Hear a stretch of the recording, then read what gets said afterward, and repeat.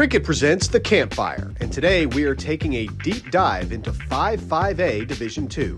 The teams in this DISD district are Adamson, Hillcrest, Jefferson, Samuel, Seagoville, South Oak Cliff, Spruce, and Woodrow Wilson.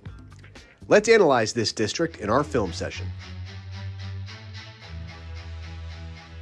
Gone is the zone play of last year, as there are now 8 teams instead of 10.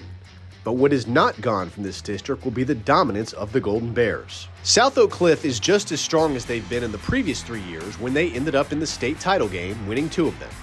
The district's offensive MVP, Carter Kopecki, returns as quarterback, and Jason Todd's squad brings back some serious defensive talent. More focus will be put on the Golden Bears' non-district schedule than their district slate. Sauk faces North Shore, Duncanville, and Longview this season as they look to toughen up for a long playoff run again. Seagoville had the second best record in the district last year, but not only did they graduate a lot, they were still looking for a new head coach at the end of April. Woodrow Wilson had a sub-500 record a year ago, but were a playoff team and could make noise again this year.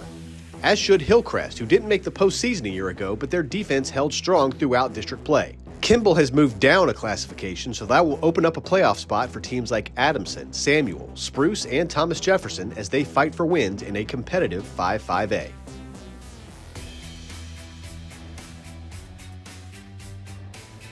Freeflation leaves economists baffled. Getting more for less? It's true for those who switch to Cricket and get a free Samsung Galaxy A14 5G. Smile, you're on Cricket. Watching the game with friends? Don't forget to invite the all-new What Wings Party Pack from Whataburger. Order online today and get 72 boneless tender bites, a family fry box, and your choice of sauce. The Campfire is brought to you by your Texas Kubota dealers, home of the #1 selling subcompact tractor in Texas. Kubota, together we do more. For an even deeper look at 5A Division II, here's producer Ward Fasold and insider Matt Diggs with the district breakdown. All right, it is district breakdown time, and we are in the DISD district with my main man, Diggsy. We are talking 5A Division II's 2 or 3 questions in this one. A, Sauk got knocked off the mountain. Can they climb back up and get it? B, are we doing zone play? Talk to me what we're doing there. We tried it once. I don't think we're doing it again. And then 3, there's playoff spots to be had. I mean, Kimball was a mainstay in the postseason, and they down in 4A. So talk to me about those 3 questions, and then maybe talk about some of these teams.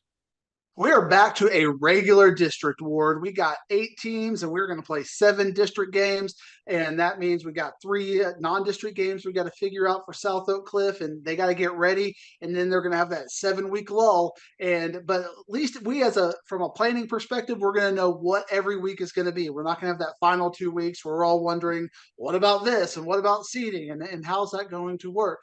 But really, if you remember last week, Ward, when we were talking about District 4, 5A and what a gauntlet that was, we were not talking about all the good teams in that district, and we're like, lost to South Oak Cliff, lost to South Oak Cliff, lost to South Oak Cliff. South Oak Cliff is now, we can pretty much pencil them in the number 1. I hate to spoil the rest of the district breakdown for everybody. But ladies and gentlemen, I will be picking South Oak Cliff to win this district.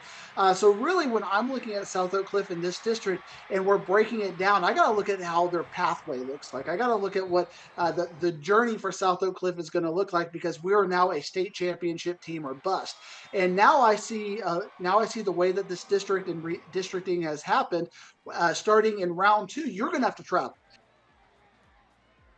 Excellent. All right, give me 1 through 8. I think I can predict 1. Can I predict 1? Is it going to be TJ? Is it going to be TJ? Is it going to be TJ? South Oak Cliff. Okay, 1. so go ahead. Woodrow Wilson, number 2. Hillcrest, number 3. I'm gonna keep Seagoville at number 4. Spruce 5. Adamson 6. Samuel 7. And Thomas Jefferson to wind us down. All right, thanks for joining me, Diggsy. Thank you. See you next week, Ward.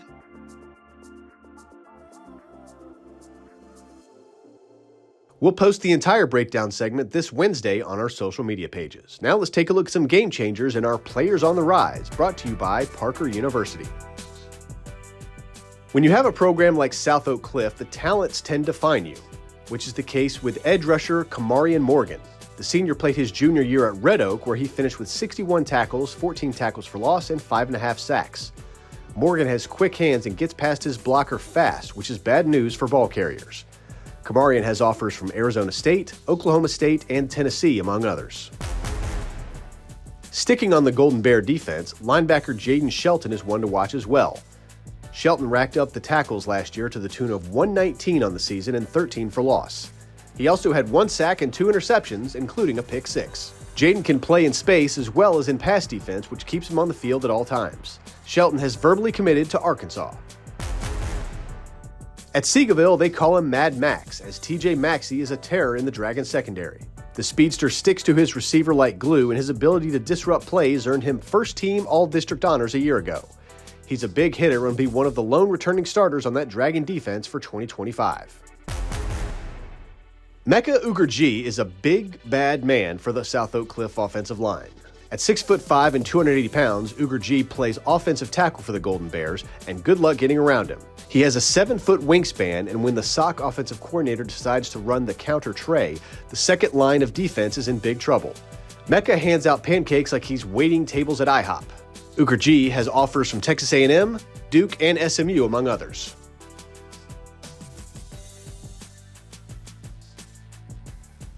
Players on the Rise is brought to you by Parker University. Do you or your student want a career training the world's best athletes? Check out our bachelor's degree in strength and human performance today.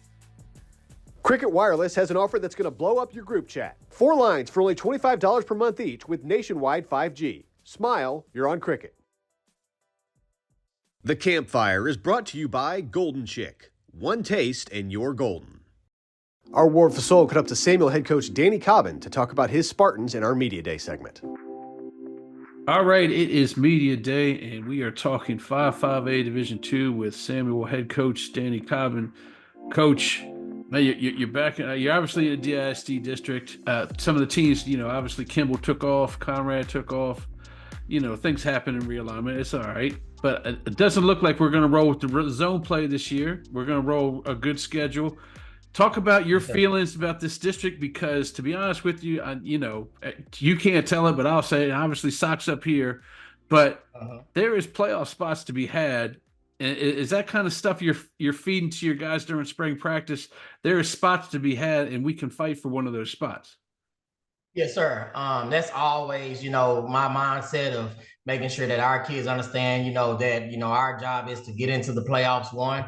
And, we'll worry about, South Oak Cliff once we, meet with them, and they do a great job over there and making sure, they're ready for the playoffs and, the next level. But, I can only worry about, what we have to face over here. And that's our main thing is focusing on one game at a time over here and them understanding that, everyone's going to suit up the same way. But our job is to grab one of those playoff spots right now.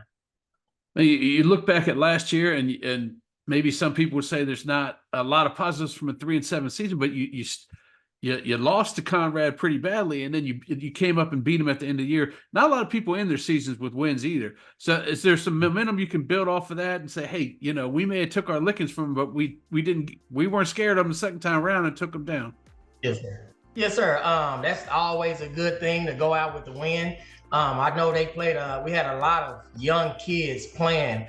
And to start off the season, with I believe it was 11 freshmen on varsity last year. And so they understood, and started to get that momentum back and understood, what it means to play as a team. I'm looking forward to seeing what you guys got, Coach. Man, I appreciate you joining with me today, man. And we'll see you when the season gets started. Yes, sir. I appreciate you having us on. I appreciate it. Thank you. You can catch the entire interview Friday on our social media channels. That's going to do it for this week's Campfire. Next week, we take a look at 6-5A Division II. Until then, have a great week, everybody.